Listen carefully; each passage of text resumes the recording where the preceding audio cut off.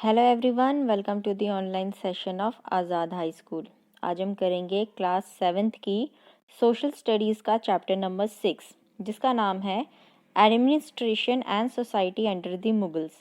यानी कि मुग़ल के साम्राज्य में वहाँ की जो सोसाइटी थी, ठीक है, वहाँ का समाज कैसा था और वहाँ का प्रशासन कैसा था, उसके बारे में हम जानेंगे। आइए चैप्टर को स्टार्ट करते हैं। Under the great Mughal an efficient system of administration was introduced. This was mainly due to the efforts of Akbar. The Mughal administration was highly centralized and the emperor's word was law. According to Abu Fazl, a true ruler should love all his people, Hindus, Muslims, Sikhs और Christians like a father. कहा जाता है कि जो मुग़ल शासन था वहाँ पे काफ़ी ही अच्छी प्रशासन थी और वो किसकी वजह से हुआ था? अकबर की वजह से। जो मुग़ल की एडमिनिस्ट्रेशन थी वो काफ़ी सेंट्रलाइज थी, यानी कि जैसा उनका शहंशाह या जो राजा है वो कहेगा वही उनका लॉ बन जाता था। अबू फजल जो अकबर के 9 मंत्रियों में से, नवरत्नों में से एक था, उसने क्या कहा था कि एक जो ट्रू रूलर होता है, एक अच्छा जो सच्चा शासक होता है, उसे अपनी सभी प्रजा से प्यार होना चाहिए, चाहे वो हिंदू हो, मुस्लिम हो, सिख हो या क्रिश्चियन हो। उनको सभी को वो एक पिता के भांति प्यार करना चाहिए उसको। The Mughal emperor Akbar used to come to the balcony at sunrise. सुबह सुबह सनराइज के टाइम पर मुगल एम्परर अकबर क्या करते थे? अपनी बालकनी में आते थे। उसके बाद वो अपने दीवाने आम में आते थे। दीवाने आम क्या है? एक जगह थी जहाँ पे वो आम जनता से मिलते थे, उनसे बातचीत करते थे, ठीक है, और बाकी ऑफिशियल लोग वगैरह वो भी वहाँ पे रहते थे। Mir Bakhshi gave a report on the new developments in the department of artillery. जो मीर बख्शी था वो शहंशाह अकबर को रिपोर्ट देता था जो उनकी आर्टिलरी यानी कि बंदूक या जितने भी हथियार हैं उनके बारे में। मीर बख्शी कौन था? उनका चीफ मिलिट्री एडवाइज़र था, ठीक है, और उनके जो मिलिट्री डिपार्टमेंट का हेड भी था। All the news writers and intelligence officer reported to him. और जितने भी न्यूज़ राइटर और इंटेलिजेंस के उनके ऑफिसर थे वो सारे किसको रिपोर्ट करते थे? मीर बख्शी को। अब हम पढ़ेंगे administration. Akbar divided the empire into 12 subas और provinces, each had a governor. Akbar ने अपना जो भी एम्पायर था, जितना उसका साम्राज्य था, उसको 12 छोटे छोटे हिस्सों में बांट रखा था और हर हिस्से का एक गवर्नर बनाया था। एक दीवान था, एक बख्शी, एक काजी और एक वाक्य निवास, ठीक है, और राइटर ऑफ रिकॉर्ड, और दूसरा था जो सारे रिकॉर्ड को राइट करके रखता था। They all perform similar functions like the officer in the central government. जैसे अभी के टाइम में हमारी सेंट्रल गवर्नमेंट में अलग अलग लोग होते हैं, उसी प्रकार से वहाँ पे भी ये सारे लोग होते थे जो अलग अलग फंक्शंस को करते थे। Akbar was constantly on a move and his camp contained canvas, tent, timber, support, rope, 1000 of yards of cloth, passageways, rich carpeting and hanging. ज़्यादातर क्या होता था? अकबर को ट्रैवल करना पड़ता था एक जगह से दूसरी जगह, इसलिए वो हर सामान रखता था, जैसे कि टेंट का कैनवस हो गया, लकड़ियाँ होगी सपोर्ट करने के लिए, रोप्स वगैरह, एक बड़ा सा पैसेज वे के लिए कपड़ा, कारपेटिंग, एकदम महंगी कारपेट और हैंगिंग वगैरह, हर एक चीज़ वो लेके चलता था साथ में। Show off power. अब वो अपना पावर कैसे दिखाता था?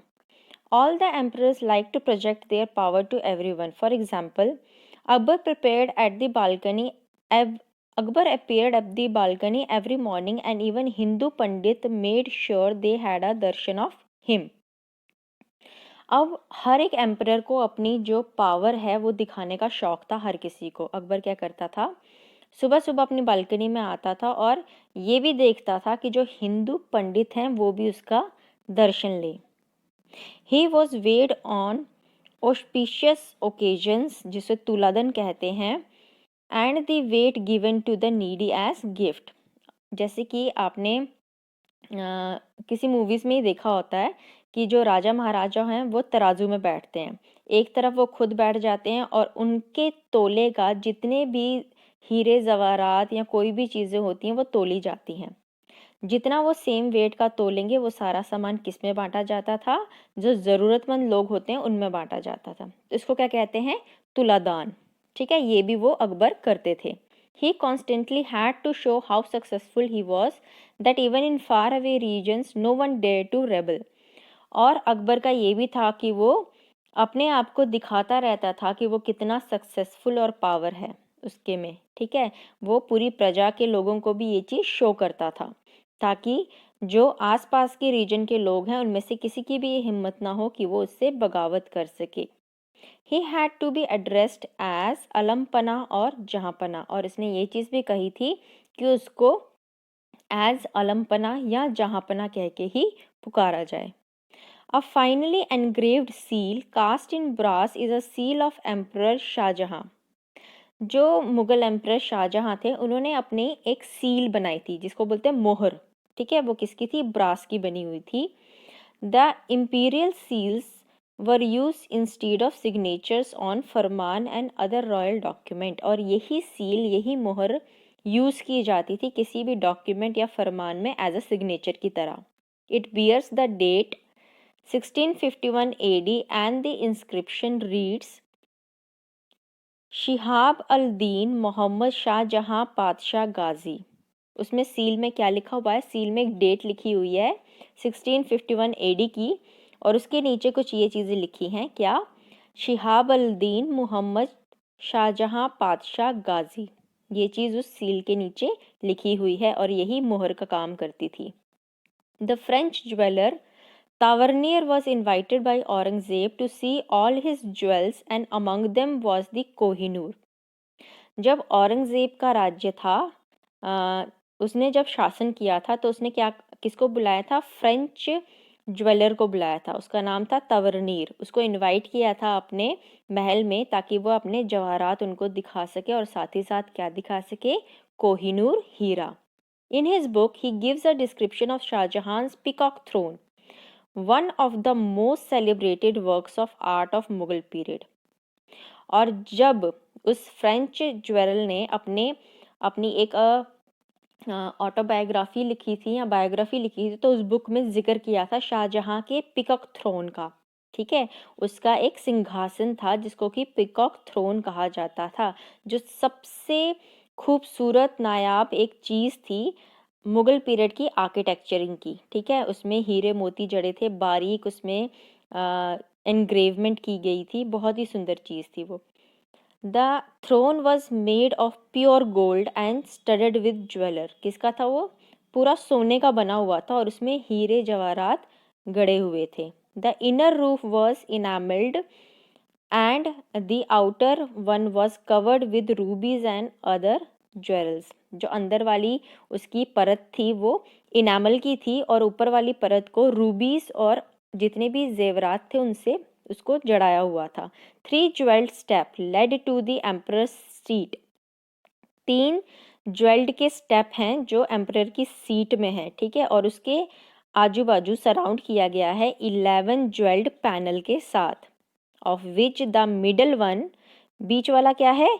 एक सेंट्रल जेम रखा हुआ है, एकदम खूबसूरत बड़ा सा रूबी डाला गया है उसमें, जो जहांगीर को किसने दिया था? पर्शिया के जो शाह थे, यानी कि जो पर्शिया के राजा थे उस टाइम पे, उन्होंने जहांगीर को गिफ्ट किया था वो रूबी। वो उन्होंने अपने सिंहासन के एकदम सेंटर में डाला हुआ था ऊपर। अब हम पढ़ेंगे मनसबदारी सिस्टम। मनसबदारी सिस्टम होता क्या है? Akbar organized his nobility and the army into the मनसबदारी system. Akbar ने अपना जो शासन था और आर्मी थी उसको किस सिस्टम में डिवाइड किया गया था? मनसबदारी सिस्टम में।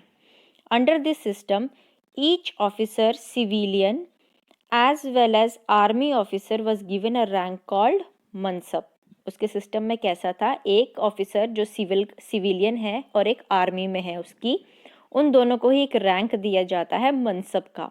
ठीक है, जो सबसे लोवेस्ट रैंक है वो 10 तक होता है and the highest was 5000 reserved for nobles.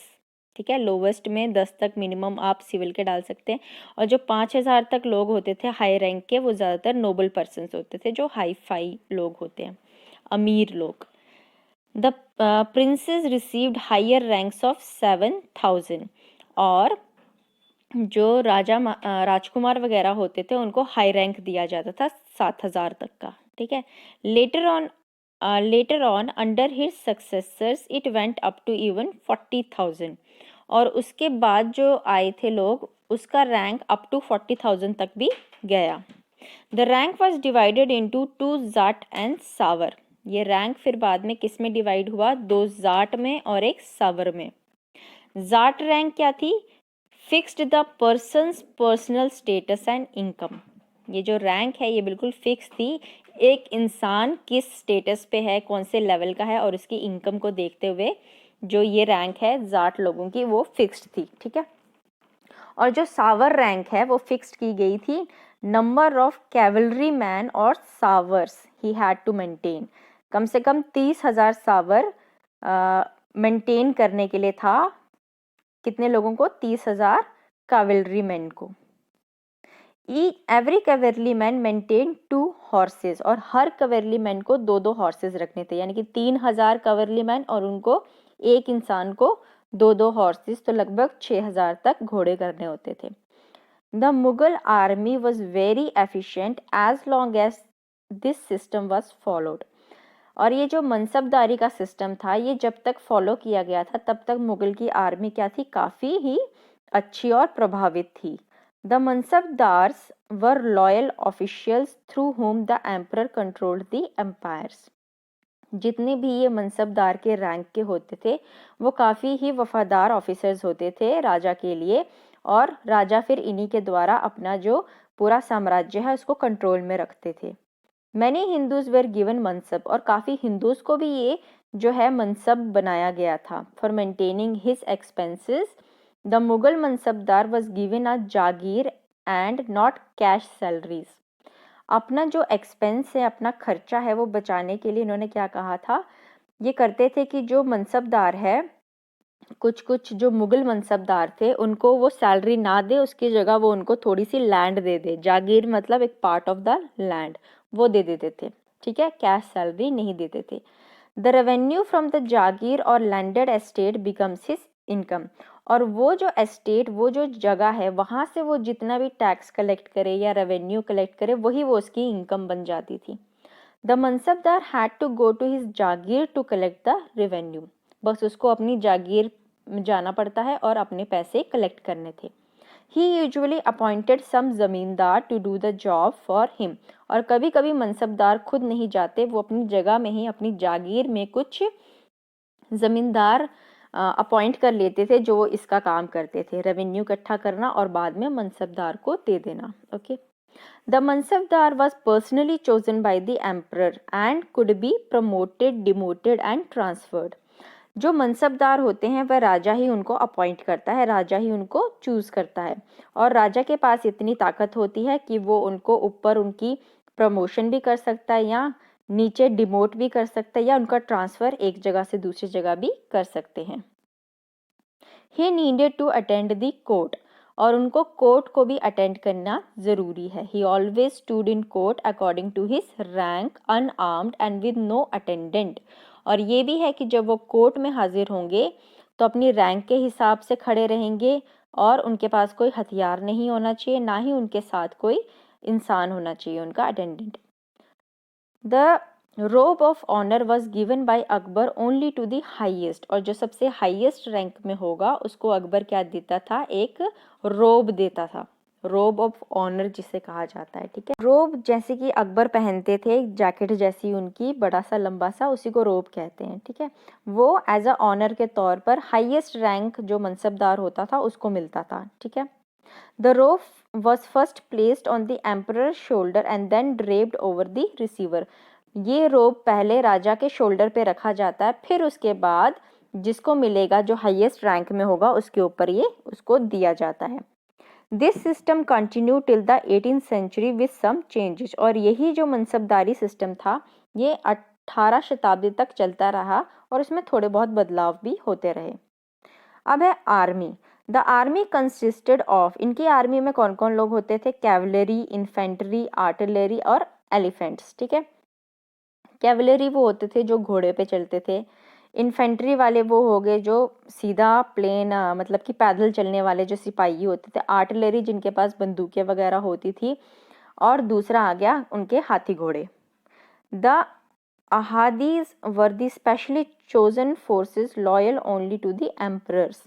अब अहादीज एक स्पेशल फोर्स थी जो एम्परर उनको चूज करता था और वो उनके लिए काफ़ी वफादार होती थी। Akbar followed the practice of चेहरा और हुलिया एंड दग। ये जो प्रैक्टिस है चेहरा, हुलिया और दग, इस तरह की प्रैक्टिस कौन करता था? अकबर फॉलो करता था। शहरा क्या होता है? अपने जो सोल्जर्स हैं उनको प्रिपेयर करना, उनका रोल बताना, समझाना। और दग एक सिस्टम होता है जिसमें आप अपने हॉर्सेस को ब्रांडेड करते हैं, नए नए घोड़े खरीदते हैं, उनको साफ सुथरा करते हैं, ये तरीके का। इसको बोलते थे शहरा या हुलाई और दग प्रैक्टिस। ठीक है, ये जो अकबर है ये इनको फॉलो करते थे। आगे है रेवेन्यू सिस्टम। रेवेन्यू कैसे कलेक्ट होता था मुगल पीरियड में? Mughal emperors needed financial resources to maintain their army, to construct magnificent buildings and gardens and to live in grand style. अब जो मुगल एम्परर थे उनको पैसे तो चाहिए अपनी आर्मी को भी मेंटेन करने के लिए, बड़ी बड़ी सुंदर सुंदर बिल्डिंग बनाने के लिए, गार्डन बनाने के लिए और इतना शाही लाइफस्टाइल जीने के लिए। तो जो लैंड रेवेन्यू था, जिसको कि खराज भी कहा जाता है, वो उनका चीफ सोर्स ऑफ इनकम था। They also raised money through custom duties, sale tax, tax on property, यानी कि टैक्स लगा के भी वो अपनी मनी जनरेट करते थे और जो ज़मीन का था रेवेन्यू वो वहाँ से लेते थे। अकबर का जो लैंड रेवेन्यू सिस्टम था वो किसने डिज़ाइन किया था? राजा टोडरमल ने। Every seasons surveyor visited the village with the help of the patwari, a village official recorded the area under various crops. हर साल क्या करते थे? जो सर्वेयर होते हैं, जो मतलब कि देखने जाते हैं, सर्वे करने जाते हैं कि कितनी ज़मीन है, कितने विलेज हैं, कितना अंडर एरिया आता है क्रॉप्स के, वो जाते थे पटवारी के साथ मिलकर ज़मीन देखने। ठीक है, the fertility of the land was taken into account, और ये भी देखते थे कि कौन कौन सी जो ज़मीनें हैं वो उपजाऊ हैं। The average produce of the last 10 years was to be paid as tax, और क्या था कि पिछले 10 साल का जो एवरेज प्रोडक्शन होगी उसको टैक्स की तरह उनको देना पड़ेगा। ठीक है, on the basis of this the peasants were told how much they had to pay as tax, और इसी के बेसिस पे उन लोगों को बताया जाता था कि उन्हें टैक्स कितना देना पड़ेगा। Then when the crop was harvested the village headman, जब क्रॉप जो है वो हार्वेस्ट करते हैं यानी कि काटने का टाइम आता था, तो जो विलेज का हेडमैन होता है जिसको मुकद्दम कहा जाता है, वो कलेक्ट करता था लैंड रेवेन्यू कैश में और इन काइंड, और किसी भी तरीके से कि वो पैसे उनसे लेता था और उसकी रिसेप्ट देता था, उन्हें रसीद जिसे बोलते हैं वो देते थे। Then he paid the whole amount to the state treasury, और जितना भी वो अमाउंट कलेक्ट करता था वो सारा फिर जो स्टेट की ट्रेजरी है उसमें जमा कर देते थे। This has what happened in the khalisa land, और यही हुआ था क्या? खलीशा लैंड में। Where the village was given as jagir to a mansabdar, the tax was usually collected by the zamindar of the area with the help of the village officials. ठीक है, khalisa land में भी सेम चीज़ हुई थी। यहाँ पे जो जागीर थी वो एक मनसबदार चलाता था, और मनसबदार ने क्या रखा था? एक ज़मींदार रखा था। अब ज़मींदार वो सारा टैक्स कलेक्ट करता था एरिया का, किसकी मदद से? जो उस गांव के ऑफिशियल लोग थे उनकी मददों से। For this the zamindar, patwari and the muqaddam was paid a salary, और ये सब कलेक्ट करने के लिए जमींदार को, पटवारी को और जो मुकद्दम है यानी कि विलेज का हेडमैन है, इन सबको सैलरी मिलती है। They also got a discount on land tax, और अपनी ज़मीन के टैक्स देने के लिए उनको थोड़ा बहुत डिस्काउंट भी दिया जाता था। That is while the peasant pay 1/3 as a tax, they paid only 1/4 of the produce from their own land. बाकी लोगों को 1/3 देना पड़ता है टैक्स का। ठीक है, लेकिन तीनों लोग थे, जमींदार, पटवारी और मुकद्दम, इनको 1/4 ही देना पड़ता था। अब आगे पढ़ेंगे हम रेबिलियंस बाय पीजेंट्स। अब जो पीजेंट्स थे, वहाँ के लोग थे, उन्होंने कैसे रिबेल किया, विद्रोह कैसे किया।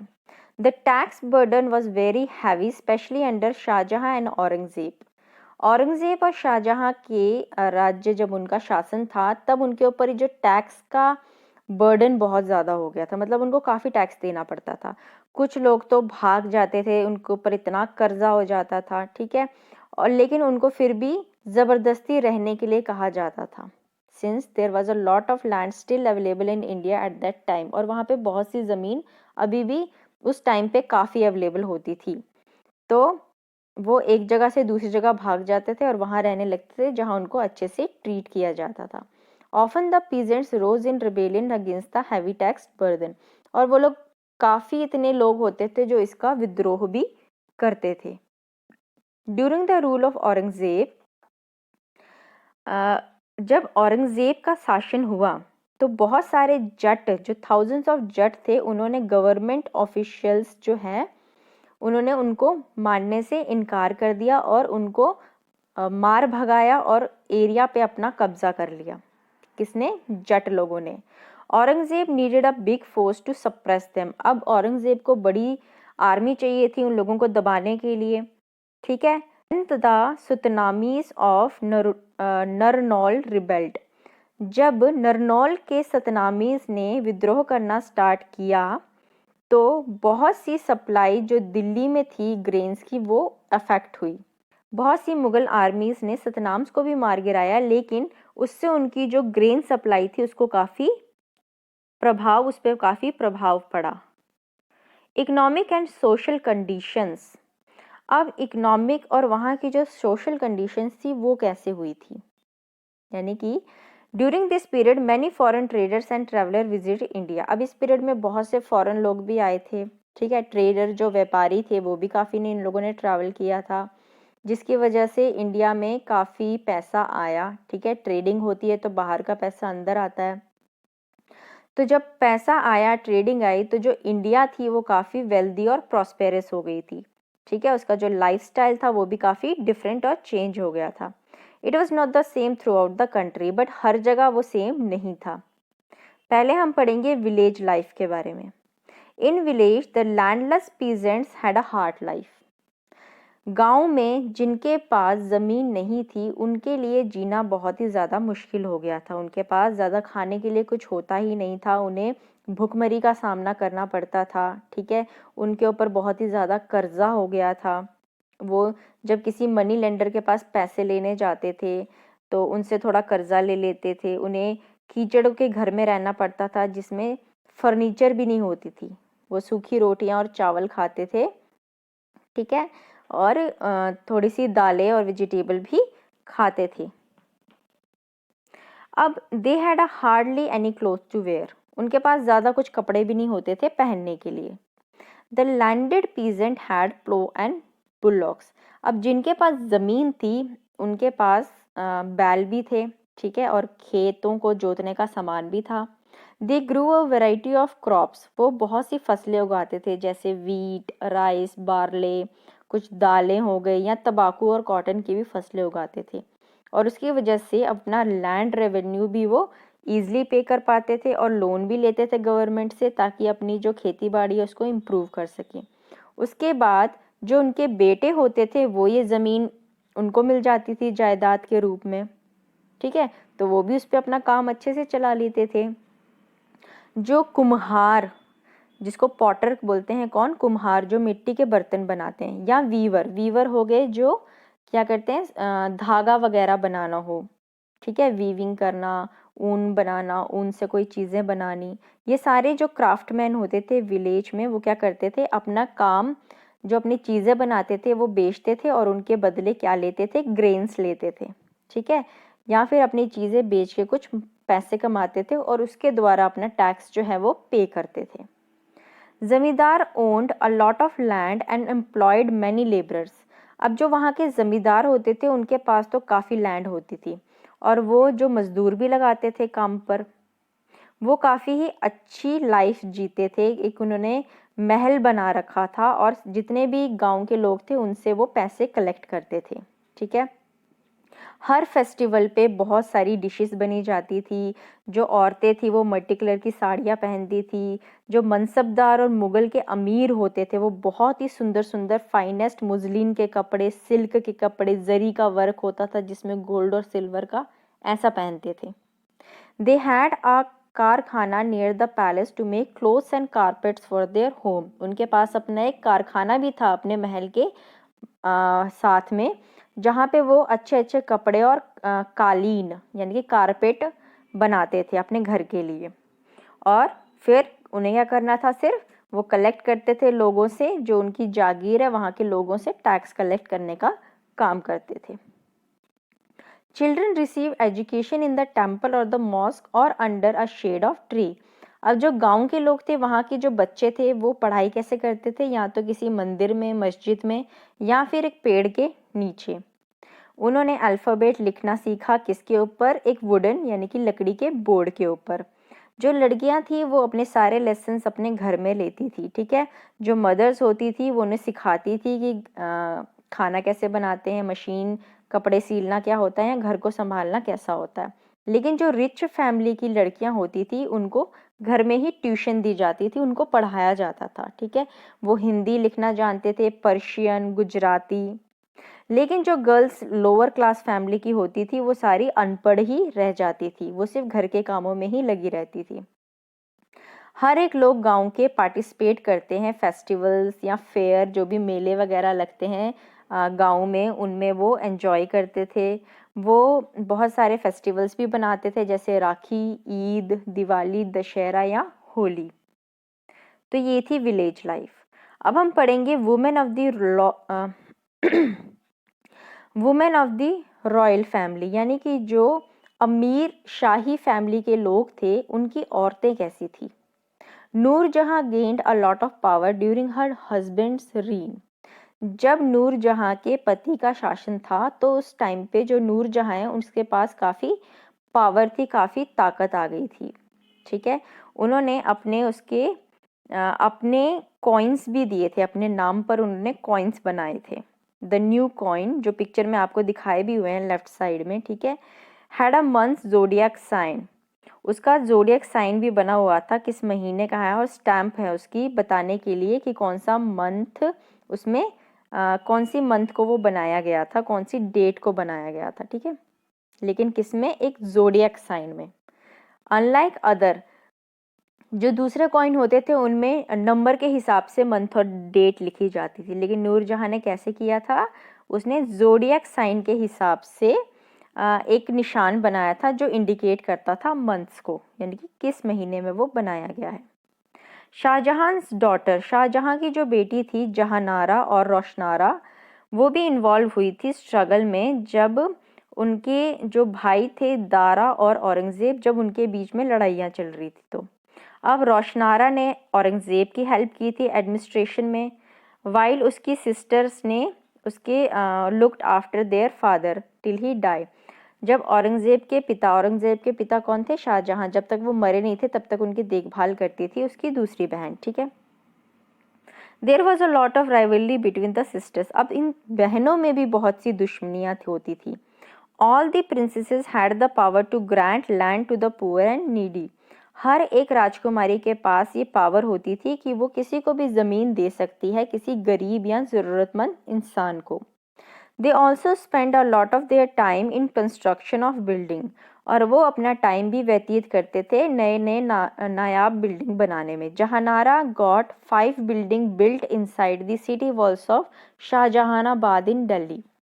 जहानारा ने कितनी बिल्डिंग्स बनाई थी, 5 बिल्डिंग। कहाँ पे, जो दिल्ली में शाहजहानाबाद है वहाँ पे। The most well known place कौन, चांदनी चौक, सबसे ज़्यादा किसका था वो, चांदनी चौक उसने बनाया था। सेंट्रल बाज़ार विच हैड 1560 शॉप, मतलब ये किसने बनवाया था, ये जो शाहजहां ने चांदनी चौक बनवाया था एरिया, ये किसके अंडर आ गया था, अब जहानारा के अंडर, ठीक है, जिसमें टोटल 1560 छोटी छोटी दुकानें हैं।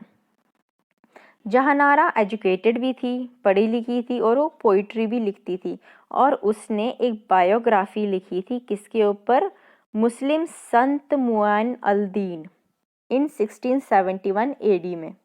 ठीक है, जो संत मुआइन अल दीन थे उनके ऊपर उन्होंने बायोग्राफी भी लिखी थी। Emperor Shah Jahan was fond of her and gave her many titles which included Shahibat al-Zamani, Mistress of the Age and Pasha Begum और Lady Emperor। जो शाहजहां थे उनको अपनी बेटी जहानारा बहुत ही ज़्यादा प्यारी और अच्छी लगती थी, इसलिए उन्होंने उनको बड़े सारे टाइटल दिए थे, जैसे कि शाहिबत अल ज़मानी का टाइटल, ठीक है, उस टाइम की सबसे, बोल सकते हो आप, सबसे सुंदर लेडी। और फिर पातशाह बेगम का भी उनको टाइटल दिया गया था, जिसको कहते हैं लेडी एम्परर। ठीक है, और Jahanara was one of the members of the Mughal court as Begum Sahib, और मुगल दरबार की वो एक इम्पॉर्टेंट मेंबर भी थी, जिनको क्या कहा जाता था, Begum Sahib. Zebunnisa, Aurangzeb's daughter, formed a literary academy. जो औरंगज़ेब की बेटी थी, कौन, ज़ेब-उन-निसा, ठीक है, उन्होंने अपनी एक एकेडमी बनाई थी, जहाँ पे मतलब कि लिटरेरी एकेडमी बनाई हुई थी उन्होंने। और she was renowned letter writer, वो क्या लिखती थी, एक वेल लेटर राइटर लिखने के लिए जानी जाती थी। She was also an accomplished singer, और वो बहुत अच्छी गायिका भी थी। शी नेवर गॉट मैरिड, उन्होंने कभी शादी नहीं की। वो बहुत ही ज़्यादा सुंदर थी और अच्छे से कपड़े भी पहनती थी, और वो चाहती थी कि वो अपना सारा जीवन गरीब और ज़रूरतमंद लोगों को समर्पित करे। वो बहुत ही ज़्यादा दयालु थी, और एट द एज ऑफ 53 वो रेड फोर्ट में उनका देहांत हुआ था। और भी बहुत से ऐसे रॉयल लेडीज़ हैं जिन्होंने बड़े सारे स्कूल खोले, उनमें स्कॉलरशिप रखी ताकि वो पढ़ाई लिखाई को एनकरेज कर सकें, बढ़ावा दे सकें। तो ये था किसके बारे में, जो लेडीज़ होती थी रॉयल फैमिलीज़ की, उनके बारे में ये बताया गया था। तो यहाँ पे आपका ये चैप्टर ख़त्म होता है। आइए अब हम करते हैं इनकी एक्सरसाइजेस। सबसे पहले आपको दिया हुआ है fill in the blanks. Number 1, the Mughal administration was highly centralised. Number 2, Mir Bakhshi was the emperor's chief military advisor. Number 3, the imperial seal were used instead of signatures on farmans. Number 4, the peacock throne was made of pure gold and studded with jewels. Number 5, land revenue or kharaj was the chief source of income. Second है true or false. Number 1, Akbar divided the empire into 12 subas और provinces, ये है true. Number 2, the French general Tavernier was invited by Jahangir, ये है false. उन्हें किसने बुलाया था, औरंगजेब ने. Number 3, Akbar organized his nobility to see all his jewels and the army into the mansabdari system, ये भी false है. Number 4, Roshanara helped Shahjahan in administration, ये भी false है. और 5th है chief Qazi was the head of the judicial department, ये है ट्रू. थर्ड में आपको दिया है नेम द फॉलोइंग पर्सन, ये कौन थे, इनका नाम बताना है. Number 1, the head of all administration, तो इसका आंसर है Mir Bakhshi. Number 2, controlled the revenue department and without his permission no jagir can be allotted, ये कौन है, दीवान, जिनका नाम था राजा Todarmal. Third, held a rank in the government. He also have to maintain some cavalry man. तो ये कौन होते हैं, सवार, SAWAR. Number 4, an officer in the government who collected secret information, उन्हें कहते हैं intelligence officers. Number 5, without his or her support the royal ladies would not get their supplies of silk and brocade. He or she got them made in the कारखानास, तो ये है mansabdar. Answer questions आइए देखते हैं. Number 1, what was दीवाने खास used for, तो इसका आंसर आप लिखेंगे Diwane Khas was used as place where high ranked officer could meet the emperor. ठीक है. Number 2, what was the empire of Akbar divided into? तो इसका आंसर आप लिखेंगे the empire of Akbar was divided into 12 subas और provinces.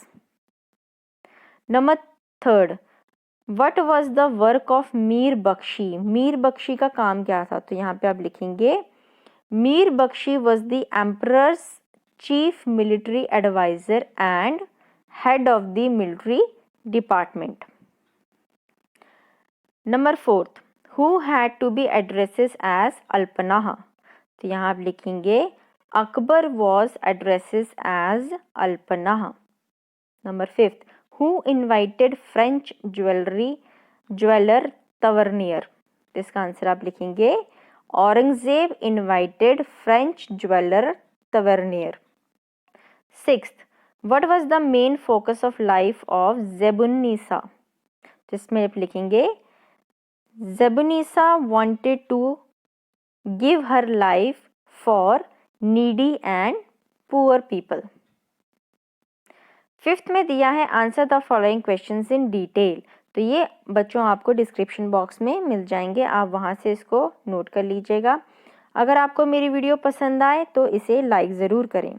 Thank you very much and have a nice day.